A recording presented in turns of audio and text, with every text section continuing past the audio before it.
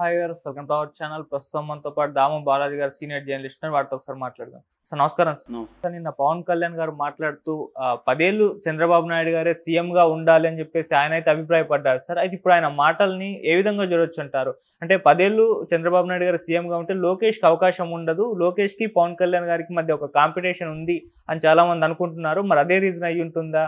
ఇక్కడ మరి అసంతృప్తి జనసేనలో కలిగే అవకాశం ఉందా? ఇప్పుడు పవన్ కళ్యాణ్ గారు డిప్యూటీ సీఎం అయ్యారు, నెక్స్ట్ టైం కన్నా సీఎం అవుతారని వాళ్ళు అనుకుంటే ఈయన ఈ విధంగా మాట్లాడారన్నారు. ఆయన మాటల్ని మనం ఏ విధంగా అర్థం చేసుకోవాలి సార్? పవన్ కళ్యాణ్ నిన్న ఒక స్టేట్మెంట్ ఇచ్చాడు. నిజానికి అది సందర్భం కూడా ఏం కాదు. ఆయన ఇచ్చింది ఏంటంటే చంద్రబాబును పొగిడాడు. చంద్రబాబు $1 ట్రిలియన్ వర్త్ అభివృద్ధి చేశాడు, ఏవో చెప్పాడు. దానికేమీ కాంక్రీట్గా డేటా కానీ అదేమి ఇవ్వలేదు. ఈ 5 నెలల్లో 1 ట్రిలియన్ ఎకనామీ అయిపోయిందంటే విచిత్రంగా ఉంది అది. సరే, ఆయన ఏం చేశాడు 5 నెలల్లో అవేం చెప్పలేదు. మొత్తానికి పొగిడాడు, ఓకే. ఎందుకంటే ఆయన డిప్యూటీ సీఎంను పొగడంలో పెద్ద ఇది లేదు, వాళ్ళు పొగుడుకోవడంలో పెద్ద ఆశ్చర్యం లేదు. కాకపోతే ఇక్కడ విచిత్రం ఏంటంటే చంద్రబాబే 5 ఏళ్ళు కాదు 10 ఏళ్ళు చంద్రబాబే సీఎం ఉండాలి అనేది. అంటే 2029లో కూడా చంద్రబాబే సీఎం క్యాండిడేటు అనేది ముందుగానే ఈయన అనౌన్స్ చేశాడు. అంటే ఇక్కడ 2 విషయాలు ఉన్నాయి. ఒకటి, నేను సీఎంగా పోటీలో నెక్స్ట్ కూడా ఉండను అనేది క్లియర్గా ఇప్పుడే చెప్పాడు. అది ఇప్పుడు చెప్పాల్సిన అవసరం లేదు, ఎందుకంటే 2029లో పరిస్థితులు ఎలా ఉంటాయో తెలీదు. కానీ ఇప్పుడే ఎందుకు చెప్పాడు అది అనేది ఒక ఇది. మామూలుగా ఏంటంటే పవన్ కళ్యాణ్ చాలాసార్లు తాను చెప్పిన మాటకి తనే కట్టుబడి ఉన్నాడు. అందరు రాజకీయ నాయకులు ఉండరు, పవన్ కళ్యాణ్ కూడా ఉన్నాడు. ఎందుకంటే అతను కూడా ఒక టిపికల్ రాజకీయ నాయకుడు తప్ప అతను ఏదో భిన్నమైన రాజకీయ నాయకుడు అని ఎవరన్నా నమ్మితే నమ్మొచ్చు. కానీ మామూలుగా అయితే అతని ఓవరాల్గా పరిస్థితి చూస్తే అతను కూడా భిన్నమైన నాయకుడేం కాదు. అందరిలాగే జగన్ అయిన మాట తప్పుతాడు, చంద్రబాబు అయిన తప్పుతాడు, అందరూ తప్పుతారు. సో అతను కూడా స్ట్రాటజిక్గా ఏంటంటే ఎప్పటికి ఏది అవసరం అది చెప్తారు వాళ్ళు. సో అంత మాత్రాన రేపు 2029లో ఇట్లాగే పవన్ కళ్యాణ్ ఉంటాడు అనుకోవడానికి లేదు. పరిస్థితులు మారచ్చు, మారిన పరిస్థితుల రీత్యా నేనే ఉండాలి అని అప్పుడు ఇంకేదో వెర్షన్ చెప్తారు. ఎవరికి ఎప్పుడు యూటర్న్ తిరిగినా దాన్ని సపోర్ట్ చేసుకోవడానికి కూడా థీరీలు రెడీగా ఉంటాయి. అది ప్రజలు కన్విన్స్ అవుతారా లేదనేది పక్కన పెడితే రాజకీయ నాయకులు అందరూ అదే పని చేస్తుంటారు. సో నా స్వార్థం కోసం నేను ఇలా యూటర్న్ తీసుకున్నానని ఎవడు చెప్పడు. రాష్ట్ర ప్రయోజనాలు, ప్రజల ప్రయోజనాలనే మన చెవుల్లో పూలు పెట్టడానికి అందరూ రాజకీయ నాయకులు ట్రై చేస్తారు. పవన్ కళ్యాణ్ కూడా అదే చేస్తాడు. అయితే ఇప్పుడు హిడెన్ అజెండా ఏంటి పవన్ కళ్యాణ్కి? ఇక్కడ 2 అంశాలు ఉన్నాయి. ఒకటి, నేను 2029లో చంద్రబాబుకు పోటీగా సీఎం రేసులో లేను అని ఇప్పుడు డిక్లేర్ చేయడం. ఇప్పుడు డిక్లేర్ చేయడం వల్ల ఏంటి అంటే చంద్రబాబు ఆల్రెడీ పవన్ కళ్యాణ్కి పెద్దపీట వేశాడు, గౌరవిస్తున్నాడు. ప్రతి ఆఫీసులో చంద్రబాబు ఫోటో పక్కన పవన్ కళ్యాణ్ ఫోటో పెట్టించారు. నిజానికి డిప్యూటీ సీఎం అనేది కాన్స్టిట్యూషనల్ పోస్ట్ కాదు, అది రాజ్యాంగబద్ధమైన పదవి కాదు, అదొక హోదా మాత్రమే. అందరు మంత్రులకి ఏముంటాయో ఉప ముఖ్యమంత్రికి కూడా అంతే పవర్స్ ఉంటాయి. నిజానికి వేరే రాష్ట్రాల్లో కానీ చంద్రబాబు గతంలో కానీ జగన్ ఉన్నప్పుడు కానీ ఇక్కడ కానీ పెద్దగా వాళ్ళకేమీ పవర్స్ లేవు. ఏదో ఒక మనం మామూలుగా పెద్ద మనిషి కొంత గౌరవిద్దామని అనుకుంటాం కదా, అలాంటిది తప్ప అంతకంటే ఏమి లేదు. కానీ చంద్రబాబు అంతకంటే ఎక్కువ అయితే ఇవ్వడానికి ట్రై చేస్తున్నాడు. మొన్న కూడా హోంమంత్రి మీద డైరెక్ట్గా మాట్లాడి వేరే మంత్రి మాట్లాడుంటే చంద్రబాబు సీరియస్ అయిండేవాడు. ఈవెన్ అనిత కూడా సీరియస్ అయిండేది. ఒక దళిత మంత్రిని ఇలా అంటావా అని నిలదీసి చాలా పెద్ద గొడవ అయిండేది.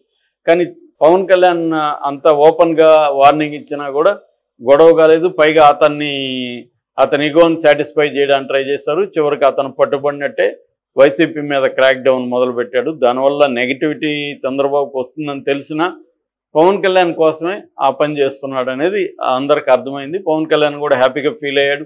తను అడిగినట్టుగా వైసీపీ వాళ్ళని ఎత్తి లోపలేస్తున్నాడని అతను ఈగో సాటిస్ఫై అయింది.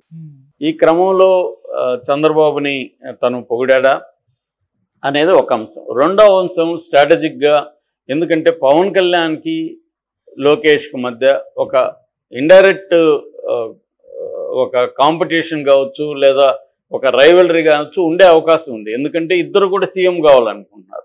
లోకేష్ సీఎం కావాలనేది లోకేష్ టార్గెట్, పవన్కి కూడా సీఎం కావాలనేది టార్గెట్. సో ఇప్పుడు నేను లోకేష్ని సీఎం అవ్వడానికి ఒప్పుకోను, ఉంటే నువ్వు ఉండు లేకపోతే నేను ఉంటాను అని చంద్రబాబు డిక్లేర్ చేయడమా అన్న యాంగిల్ కూడా ఇక్కడ వస్తుంది. ఎందుకంటే చంద్రబాబుకి ఉన్న లక్ష్యం ఏంటి, నెక్స్ట్ 2029లో లోకేష్ని సీఎంగా ఎస్టాబ్లిష్ చేసి తను యాక్టివ్గా ఉన్నప్పుడే సీఎంగా కూర్చోబెట్టగలిగితే లోకేష్ సెటిల్ అవుతాడు రాజకీయాల్లో, అంటే సీఎంగా ఆమోదిస్తారు. ఇప్పటికిప్పుడే తను అంటే తెలుగుదేశంలో చంద్రబాబు లేకుండా లోకేష్ ఒకడే లీడ్ చేసి సీఎం కాగలడా అనేది ఇవాళ ఎవరికి కాన్ఫిడెన్స్ లేదు. ఎందుకంటే అతన్ని కంప్లీట్గా 2024 ఎలక్షన్లో కూడా పక్కన పెట్టేశారు. పవన్ కళ్యాణ్ కోసం లోకేష్ని పక్కన పెట్టాడు. అంటే చంద్రబాబు చేసింది 100% కరెక్ట్. ఎందుకంటే పరిస్థితులు పవన్ కళ్యాణ్ కానీ పెద్దపీట వేయకపోతే, పవన్ కళ్యాణ్కి అంత ఇంపార్టెన్స్ ఇవ్వకపోతే, ఒకటి పవన్ కళ్యాణ్ హర్ట్ అయ్యే అవకాశం ఉంది, రెండు పవన్ కళ్యాణ్కి ఓట్లు వేసే వాళ్ళు కూడా హర్ట్ అవుతారు. దానివల్ల ఓట్ ట్రాన్స్ఫర్ అనేది జరగదు.